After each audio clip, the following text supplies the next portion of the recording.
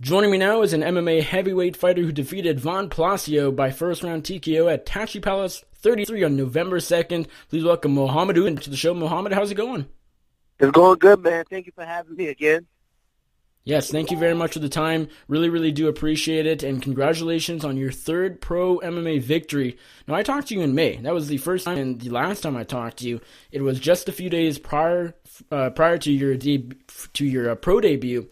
And half a year later, you're already 3-0. How happy are you with the with the way things are going so far? Could it really be better? I mean, you're staying active. You're 3-0. You're undefeated right now professionally. Is everything going really good? Yeah, everything's going great, man. Everything's going according to schedule. You know, it's almost like, you know, when you make your goals, and then at the beginning of the year, and then you start checking them off the list. It's a very refreshing feeling, but, you know, it's just the beginning, you know, because this sport is about constant growth, you know, so it's about getting better every time you step out there. So that's my number one focus right now. I'm very happy with the 3 wins, and, you know, I got more in the future. You know, my life isn't just 3 wins, and that's it for me, you know. I have bigger dreams. So I've just been focused on working hard, you know, and just keeping my head down and just staying focused. You know, of course, the holidays with the family. And talk about your last win, of course, the win just 10 days ago, or a few days ago, actually, November 2nd at Tachi Palace Fights 33.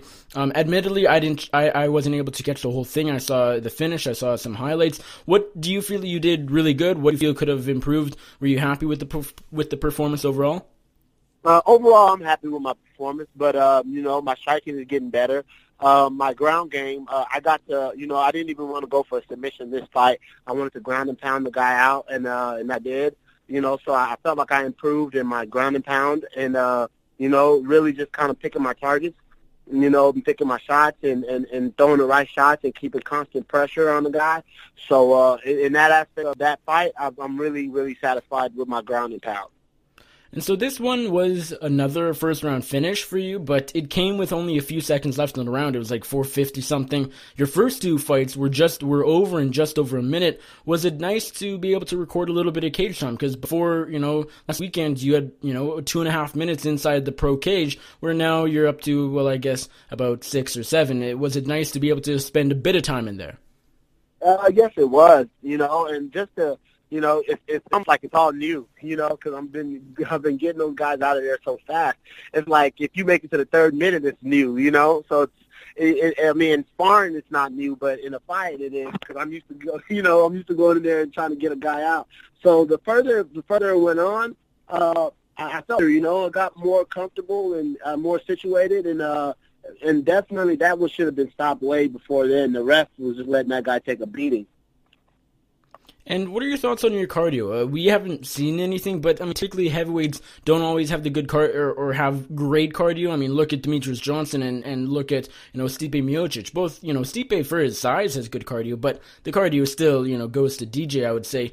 Well, have you sort of been able to notice whether or not you feel your cardio is good? Again, you haven't gone out of the second or first round, but, you know, from what you've felt in your fights, do you think you have good cardio for heavyweight?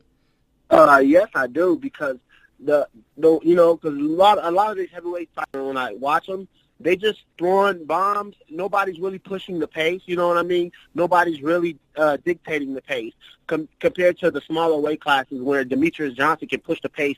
You know what I mean? All the way to the top, and he can bring it back down whenever he chooses to. And that's how he guys guys out. He'll move real fast, push the pace, and then he can bring the pace down, just depending on what he feels comfortable, you know. So that's what I want to be able to do at the heavyweight division. I want to be able to push the pace with my feet and, you know, and be able to wear it without necessarily throwing strikes.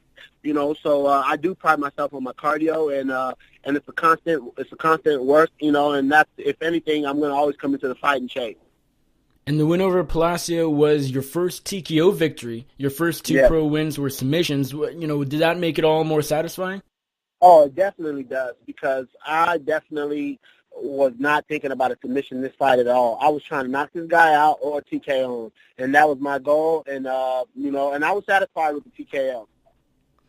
And you've stayed super active. Again, as I said off the top, I talked to you for the first time and the last time in May, just 2 or 3 days before your pro debut at Tachi Palace, and you've had 3 fights since then, and in 6 months, that's averaging, a fight every 2 months. That's a lot more active than fighters can stay, even on the regional circuit. I mean, sometimes fighters are able to get a bunch of fights on the regional circuit, but other times it's completely opposite.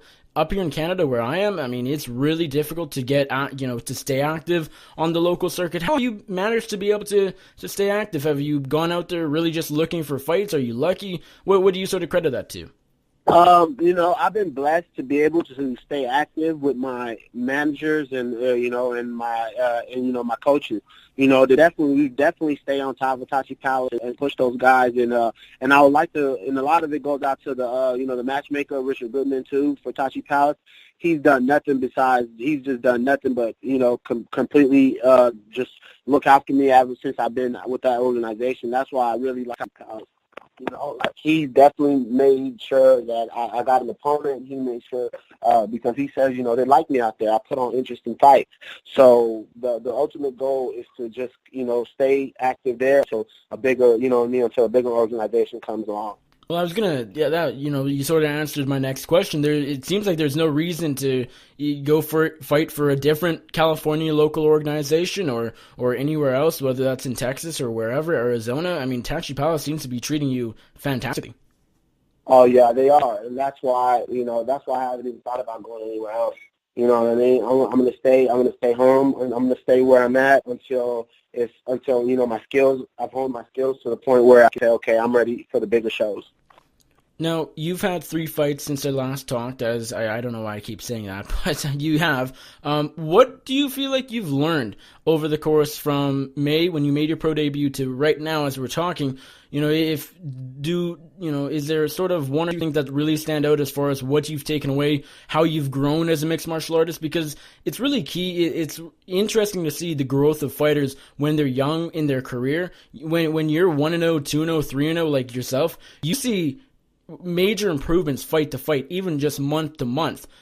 What have you taken away? What have you learned over the course of the 6 months? If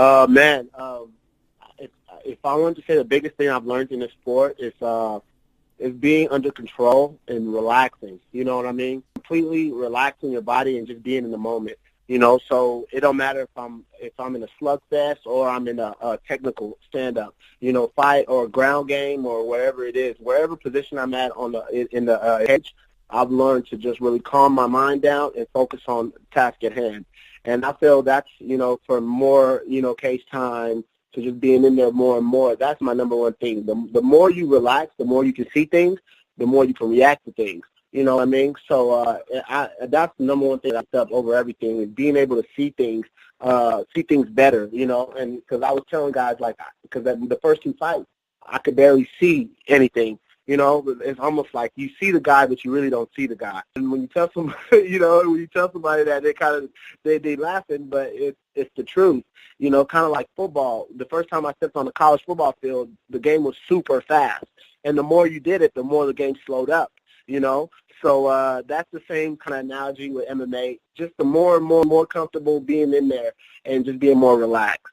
So I'm starting to see the punches. I'm starting to see the guys better, and and it's starting to slow up for me. And that's a scary thing, and I'm excited. Right.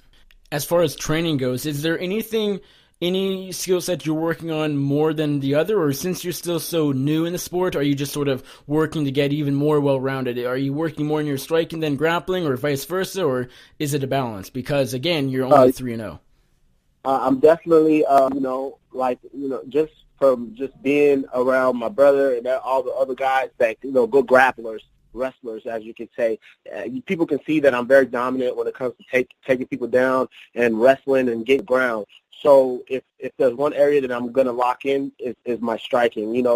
Now I'm going through practices and sparring sessions without a takedown. Even though I'm thinking about a takedown, I'm going through them without a takedown. So when we're striking and I'm thinking about how I can take this guy down, I keep myself from taking him down. And in turn, that'll get me better in those moments where, where I want to take a guy down that I don't need to. I got it, man. Oh, sorry. Go ahead. No, go ahead. I was just going to say I'm just working my striking way more. Right. I got to imagine, for anybody listening to this, who hadn't listened to our first interview where we talked about your transition from football to MMA, you were an aspiring NFL player. You wanted to be in the NFL. At one point, you were a college football player. You did really well. But, and then just, of course, earlier this year, you made the transition to pro MMA. I got to imagine, with the success you've had so far, you must be pretty happy with your decision, and definitely no regrets, I would imagine. Definitely no regrets. When we started, everybody kind of was like, "Oh man," and then just stay focused and just kept going and knowing what I'm training for. What's the end result? What's the goals? So now that goals are starting to become real, it's everybody taking notice now. And what is next for Mohammed Usman? Since you've been so active, since you made your debut in May, do you want a few months off? Do you want a little time just to get better and just to relax, or get right back in there? What's sort of the plan in the immediate future for you? Yeah, man. I'm probably gonna shut it down the rest of the year, going into 2018, and I'm shooting for February. Nice. And I guess with that break, you'll also be able to corner Kamaru, your brother, because you do still corner him, or no? Yes, I do. We'll definitely be out there on the 30th. And let me ask you this: Kamaru Usman recently put out on Twitter a little while ago that Emil might not show up or something. Do you know anything about that? No, I do not know anything about it. But that's just Twitter. At the end of the day, Twitter is not real. People say whatever they want to say on Twitter, and that's okay. It's the name of the game. It's part of the fight game nowadays. But we're going to show up, and we're going to be ready. Awesome. Well, Mohammed, thank you very much for the time. It's great catching up, and congratulations on the win. Before I let you go, let my audience know where they can find you on social media, and if there's anybody you'd like to thank or give a shout-out to, the floor is yours.